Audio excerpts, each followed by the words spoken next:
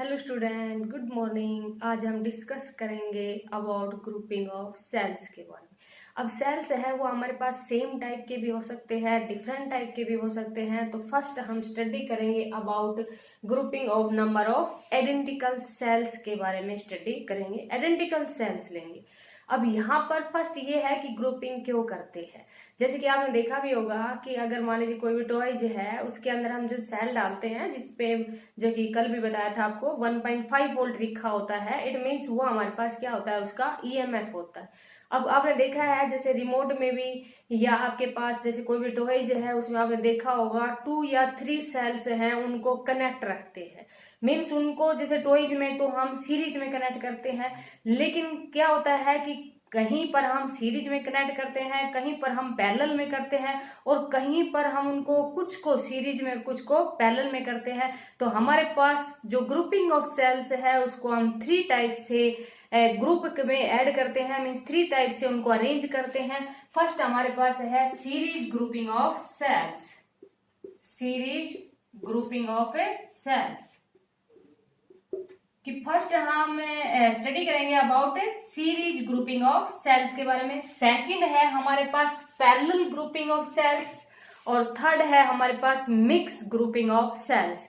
तो पहले हम एक्सप्लेन करेंगे about series grouping of cells के बारे में कि अगर एक सीरीज के अंदर आइडेंटिकल सेल को कनेक्ट करना है तो किस प्रकार से कनेक्ट करें, और अगर सीरीज में कनेक्ट करेंगे तो हमारे पास जो टोटल करंट है उसके ऊपर क्या इफेक्ट पड़ेगा। मीन्स हम सीरीज के अंदर क्यों ऐड करते हैं सेल्स को। तो यहाँ पर देखो, फर्स्ट तो है हमारे पास कि ग्रुपिंग ऑफ सेल्स है सीरीज के अंदर, वो किस प्रकार से करेंगे। आइडेंटिकल सेल्स लेने हैं तो हम मान लेंगे, लेट अस कंसीडर। अब देखो यहाँ पर आपके पास ये नहीं दिया कि 2 सेल्स है या 3 सेल्स है, आपके पास जितने हैं उसके अकॉर्डिंग हम निकाल लेंगे। पहले हम मान लेंगे, let us consider there are of n cells, कि हमारे पास कितने सेल्स हैं, n सेल्स है। आइडेंटिकल सेल्स है, ये आइडेंटिकल सेल है तो ईच ऑफ ईएमएफ, हर एक का जो ईएमएफ है वो हमारे पास कितना है, E। एंड इंटरनल रेजिस्टेंस है, जैसे कि आपको बताया था कि हर डिवाइस का अपना रेजिस्टेंस होता है, जो resistance offered by electrolyte of a cell, उसको हम क्या कहते हैं, इंटरनल रेजिस्टेंस कहते हैं। तो हर एक का इंटरनल रेजिस्टेंस हमारे पास कितना है, R, क्योंकि आइडेंटिकल सेल्स हैं, सारे सेल हैं वो इक्वल। तो इक्वल ईएमएफ हो गया, इक्वल इंटरनल रेजिस्टेंस। उनको सीरीज में कनेक्ट करते हैं। तो सीरीज में किस प्रकार से कनेक्ट करते हैं कि 1 सेल के नेगेटिव टर्मिनल को सेकंड सेल के पॉजिटिव टर्मिनल से, एंड सो ऑन। हमारे पास कितने सेल ले लिए हमने, ये n सेल ले लिए, इनको सीरीज में कनेक्ट कर दिया। तो सीरीज में कनेक्ट करने का तरीका क्या है कि एक के लोअर पोटेंशियल को सेकंड के हायर पोटेंशियल के साथ, या जैसे कि बुक में इस तरह से भी, वैसे आपको बताया था कि लोअर पोटेंशियल होता है, जरूरी नहीं है कि नेगेटिव पोटेंशियल हो, लेकिन यहाँ पर बुक में लगभग इस तरह की स्टेटमेंट लिखी होती है कि नेगेटिव पोटेंशियल को कनेक्ट करते हैं पॉजिटिव से, एंड सो ऑन। इस प्रकार से हम कनेक्ट करते जाते हैं, सीरीज के अंदर कनेक्ट करते हैं। हर एक का ईएमएफ है, each of EMF E। And internal resistance आपको बताया था, इंटरनल रेजिस्टेंस को ऐसे भी रिप्रेजेंट कर लेते हैं या इसके साथ में भी कर लेते हैं, तो इससे कंफ्यूज मत होना। इंटरनल रेजिस्टेंस है वो हमारे पास कितना है, R। अब यहाँ पर देखो, अगर सीरीज के अंदर कनेक्ट करते हैं तो करंट के ऊपर क्या इफेक्ट पड़ता है, या सीरीज के अंदर अगर कनेक्ट करें हम तो एक्सटर्नल रेजिस्टेंस की वैल्यू हमें कितनी लेनी है ताकि मैक्सिमम करंट मिले। इस तरह से आपके पास क्वेश्चन इसमें बनता है। तो यहाँ पर करंट के लिए हम क्या करेंगे, एक्सटर्नल रेजिस्टेंस कनेक्ट कर देंगे। तो हमने एक एक्सटर्नल रेजिस्टेंस कनेक्ट कर दिया, जिसका रेजिस्टेंस कितना है, R। ये पॉजिटिव है, ये नेगेटिव है, तो करंट का फ्लो है वो किधर होता है, पॉजिटिव से नेगेटिव की तरफ होता है। अब यहाँ पर हमें करंट निकालना है, मीन्स एक्सटर्नल रेजिस्टेंस की वैल्यू कितनी लगाई जाए ताकि मैक्सिमम करंट है वो हमें प्राप्त हो। तो इसके लिए देखो, पहले तो हमारे पास करंट के लिए, करंट क्या होता है, ईएमएफ बाई रेजिस्टेंस। देखो पोटेंशियल होता है, लेकिन अगर एक सेल्स है तो उनके जो इलेक्ट्रोड के द्वारा, जैसे कि कल आपको बताया था, ईएमएफ होता है। EMF means maximum potential difference between 2 electrode of cell in open circuit. तो ये हमारे पास सेल्स के रूप में V की जगह हमने क्या रिप्रेजेंट कर दिया, E रिप्रेजेंट कर दिया।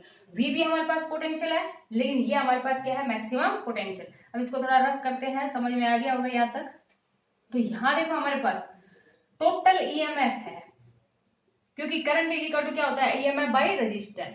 तो टोटल ईएमएफ कितना हो जाएगा, ई प्लस ई प्लस ई, कितने सेल है, एन सेल, तो ईएमएफ कितना हो गया, एन ई, क्योंकि सीरीज के अंदर करंट सेम होता है, ईएमएफ तो सेम नहीं होता, ईएमएफ तो हमारे पास क्या होता है, वो डिवाइड हो जाता है, यहाँ पर सभी का ईएमएफ सेम है तो क्या लिख देंगे, एन ई, मीन्स पोटेंशियल की जगह यहाँ हमारे पास क्या है, ईएमएफ है। और रेजिस्टेंस, जैसे कि आपको बताया था लास्ट वीडियोज में कि रेजिस्टेंस सीरीज के अंदर होता है तो सीधा अलजेब्रिक सम होता है, तो टोटल इंटरनल रेजिस्टेंस है टोटल, वो हमारे पास क्या हो जाएगा, आर प्लस आर कितने हैं, एन, तो सीधा ऐड होता है सीरीज के अंदर, एन आर हो गया, लेकिन एक्सटर्नल रेजिस्टेंस कितना है, आर, यहां पर क्या लिख देंगे, टोटल रेजिस्टेंस हमारे पास कितना आ गया, आर प्लस एन आर, ये समझ आ गया होगा। तो अब देखो हमारे पास करंट की बात कर रहे हैं हम, करंट, तो करंट इक्वल टू क्या होता है, total EMF divide by total resistance, total EMF कितना आया, एन ई, टोटल रेजिस्टेंस हमारे पास कितना आया, आर प्लस एन आर, तो ये हमारे पास करंट की वैल्यू आ गई। क्वेश्चन इसमें इस प्रकार से आता है कि सीरीज ग्रुपिंग ऑफ सेल्स में रेजिस्टेंस की वैल्यू कितनी ली जाए, मींस इंटरनल रेजिस्टेंस से कम ली जाए या ज्यादा ली जाए ताकि मैक्सिमम करंट है वो प्रोड्यूस हो। तो यहाँ पर हम स्पेशल केसेस लगाते हैं। फर्स्ट में हम ये लेते हैं कि if R is greater internal resistance, कि आर की वैल्यू है वो काफी ज्यादा है किससे, इंटरनल रेजिस्टेंस से। यहां से देखो बेटा, एन ई, आर की वैल्यू काफी ज्यादा है, इट मीन्स ये हमारे पास क्या हो जाएगा, आर, एन आर को क्या कर देंगे इसके रेस्पेक्ट में, नेग्लिजिबल हो जाएगा क्योंकि आर की वैल्यू ग्रेटर है। तो यहां से हमारे पास क्या आ गया, N times the current of single cell, E by R क्या है हमारे पास, current of a single cell है, तो आई की वैल्यू कितनी आ गई, N times the current of cell, means अगर 2 सेल्स हैं तो 1 सेल का जो करंट है उसको 2 से मल्टीप्लाई कर देंगे। अगर हमारे पास 5 सेल ले रखे हैं हमने मार्केट से तो 5 से मल्टीप्लाई कर देंगे, करंट एक सेल के करंट को 5 से मल्टीप्लाई कर देंगे तो इतना करंट हमें यहाँ पर मिलेगा। इसीलिए क्या करते हैं, सीरीज के अंदर कनेक्ट करते हैं। सेकंड में क्या बताया कि अगर आर की वैल्यू है वो लेस आर है, मीन्स एक्सटर्नल रेजिस्टेंस जो हमने लगाया उसकी वैल्यू उसके इंटरनल रेजिस्टेंस से कम थी। जब उसकी वैल्यू उसके इंटरनल रेजिस्टेंस से कम है तो यहां से देखो बेटा, एन ई, अब ये जो आर कम है सो आर कैन बी नेग्लेक्ट, तो यहां पर क्या बचेगा, एन आर, एन से एन कैंसिल हो गया, तो आई इक्वल टू कितना आ गया, ई बाई आर, इट मीन्स ये हमारे पास क्या हो गया, करंट ऑफ सिंगल सेल। अब देखो हमने बताया कि सपोज करो आपने 5 सेल खरीदे थे और 5 सेल को आपने सीरीज के अंदर कनेक्ट कर दिया, लेकिन आपने एक्सटर्नल रेजिस्टेंस की वैल्यू बहुत ही कम लगाई तो उनको सीरीज में कनेक्ट करने का कोई फायदा नहीं हुआ, मीन्स ये कंडीशन है वो मीनिंगफुल हो गई क्योंकि ये तो करंट ऑफ सिंगल सेल दे रही है। अगर आप 5 लगाओ या 10 लगाओ, लेकिन अगर आपने एक्सटर्नल रेजिस्टेंस को ध्यान में नहीं रखा, क्योंकि अगर एक्सटर्नल रेजिस्टेंस आपके पास ज्यादा होगा तभी आपके पास जितने सेल होंगे उनका करंट मिलेगा। तो ये चीज आप ध्यान रखना कि सीरीज के अंदर maximum current is produce in series grouping of cells when external resistance is greater than the internal resistance. इस तरह से आपके पास क्वेश्चन इसमें बनता है। सेकंड हमारे पास ये तो था सीरीज ग्रुपिंग ऑफ सेल्स की बात कर रहे थे। अब हम बात करते हैं सेकंड में। अब कई जो ऐसे डिवाइस होते हैं जिसके अंदर सीरीज में ना कनेक्ट करके किस में कनेक्ट करते हैं, पैरेलल में। तो अभी आपने देखा कि सीरीज में कनेक्ट करने के लिए एक सेल के लोअर पोटेंशियल को मींस नेगेटिव पोटेंशियल को अनदर सेल के पॉजिटिव से कनेक्ट करते हैं। तो आप टॉर्च में भी देखते हो, टॉयज के अंदर जो टॉयज होते हैं उनके अंदर जो सेल लगाते हैं उसके अंदर भी देखते हो कि एक के पॉजिटिव को दूसरे के नेगेटिव से कनेक्ट करते हैं, मीन्स एक के नेगेटिव को दूसरे के पॉजिटिव से कनेक्ट करते हैं। अभी सेकंड हमारे पास क्या है, parallel grouping of cells. Parallel grouping of cells, parallel grouping of cells के बारे में कि कई डिवाइस होते हैं उनके अंदर पैरेलल में कनेक्ट करते हैं। तो यहां पर देखो पैरेलल में किस प्रकार से कनेक्ट करेंगे, एक पॉइंट से तो सभी के पॉजिटिव को कनेक्ट कर देते हैं, जैसे पॉजिटिव से कनेक्ट कर दिया, दूसरे पॉइंट से सभी के नेगेटिव को कनेक्ट कर देंगे, जैसे कि मान लीजिए अब अगेन हमने कितने मान लिए, n सेल मान लिए, ये हमारे पास डॉटेड डॉटेड मिलेंगे। वहां पर n मान रखे थे ना, यहां पर हम कितने मान लेते हैं, m मान लेते हैं, क्योंकि मिक्स में फिर हमारे पास कंफ्यूज नहीं होगा। यहां पर हम मान लेंगे let us consider there are of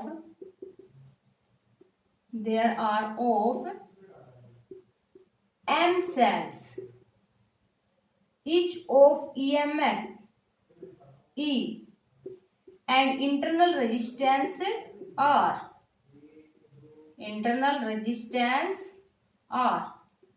are connected in a parallel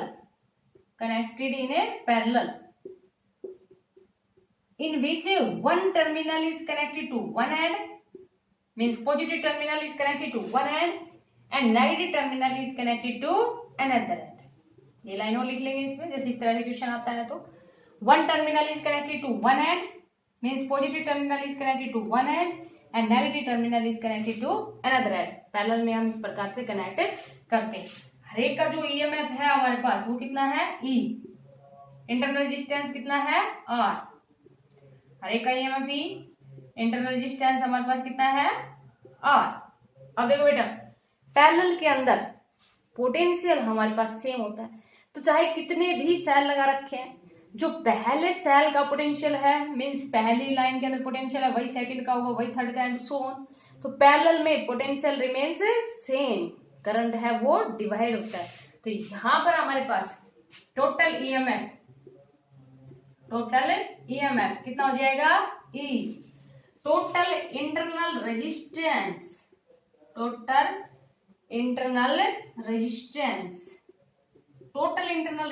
देखो बेटा, पहले का R कितनी है, M सेल्स मींस M ले रखे हमने, तो पहले का पैरेलल में कैसे कनेक्ट होता है, 1/R प्लस 1/R प्लस कितने हैं, M।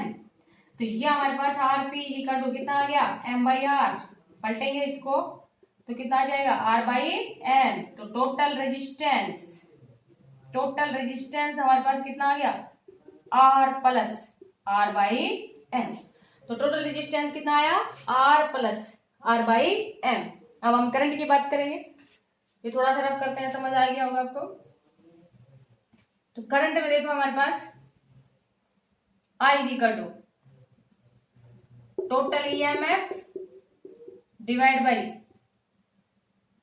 Total resistance, total EMF divide by total resistance. I is equal to total EMF कितना, E, टोटल रेजिस्टेंस कितना, R प्लस R/M। तो I is equal to M LCM आ जाएगा, ऊपर चला जाएगा, MR प्लस R।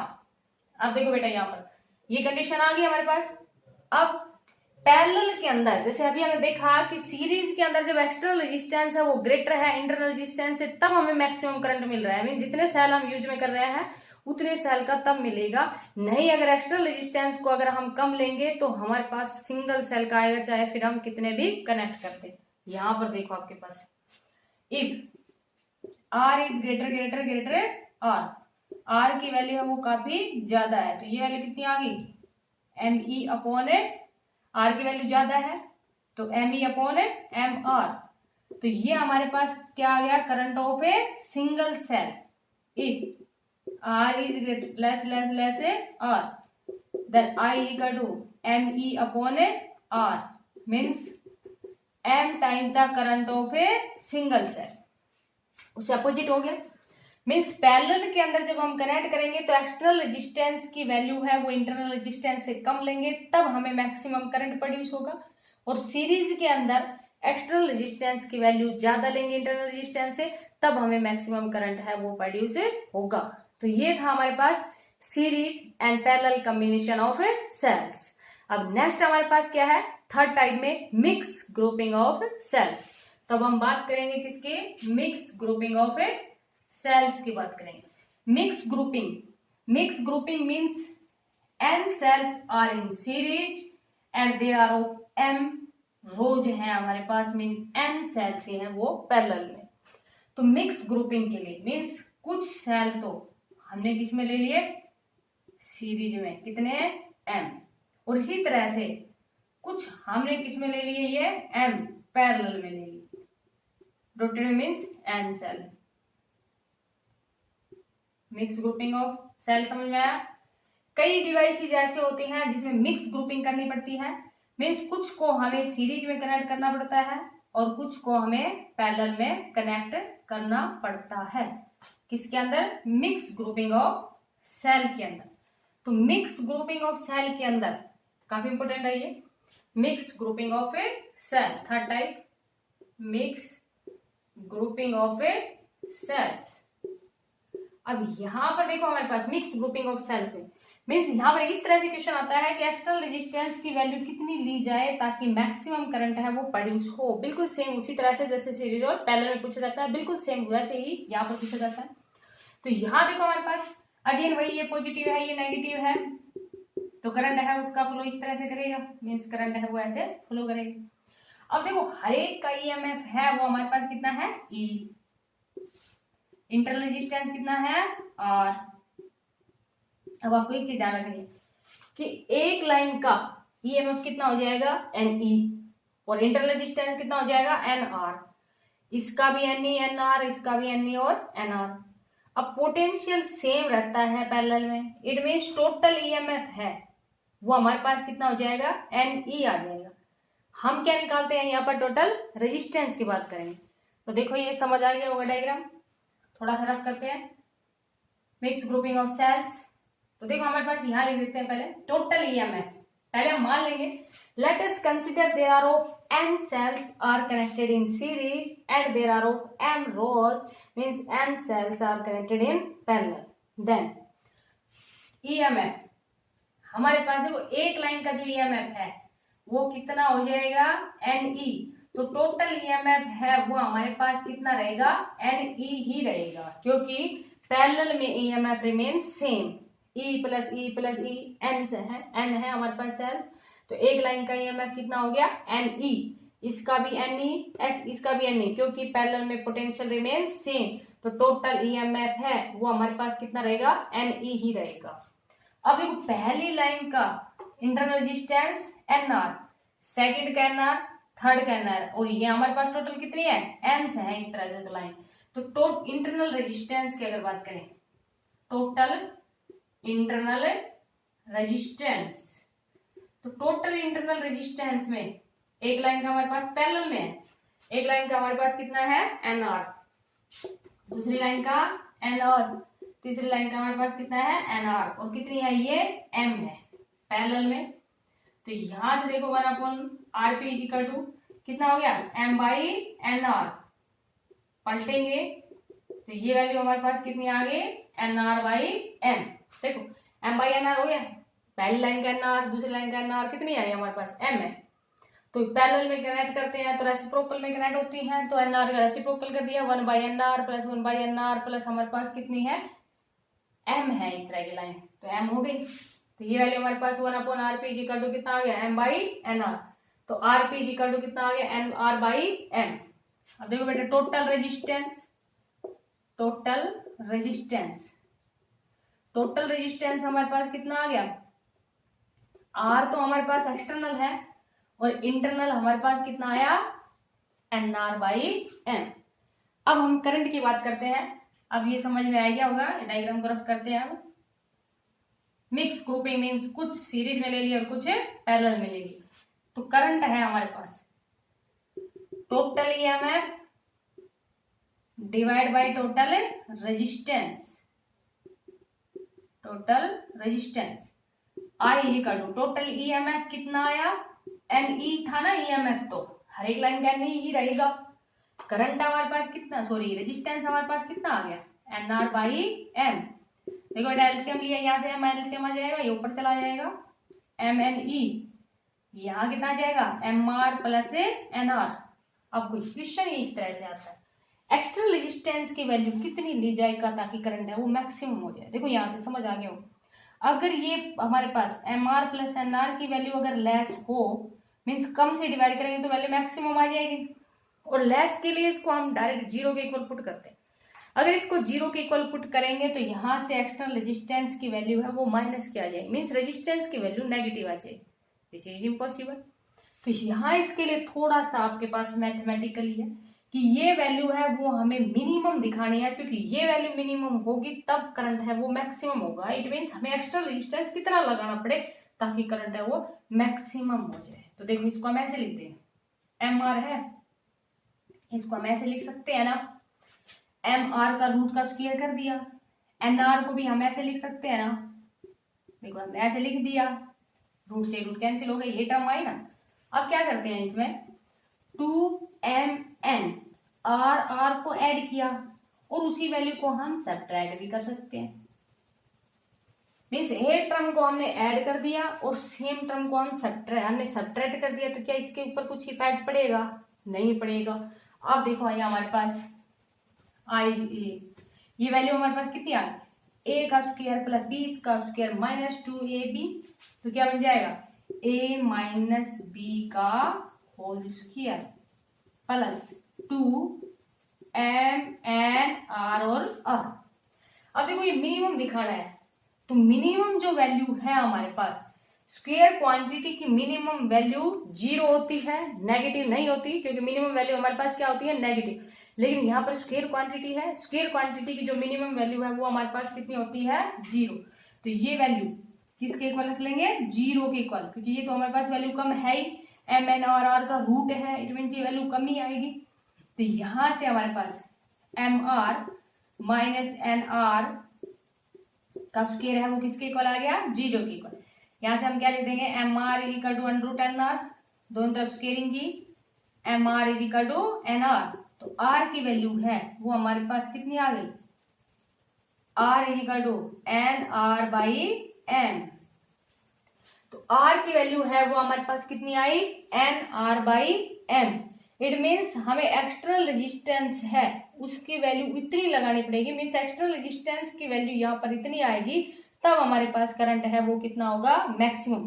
यहाँ पर n तो है हमारे पास सेल्स कनेक्टेड इन सीरीज, जैसे सपोज करो यहाँ 2 सेल लगाए हैं तो n की वैल्यू 2 पुट कर लेंगे, और इस तरह से हमने कितनी रो मीन्स हमने कितनी रो ले रखी थी 3 रो ले रखी, मीन्स 3 लाइनें थी हमारे पास इस तरह की, तो यहाँ पर हम कितना पुट कर देंगे 3, और स्मॉल r हमारे पास क्या है इंटरनल रेजिस्टेंस।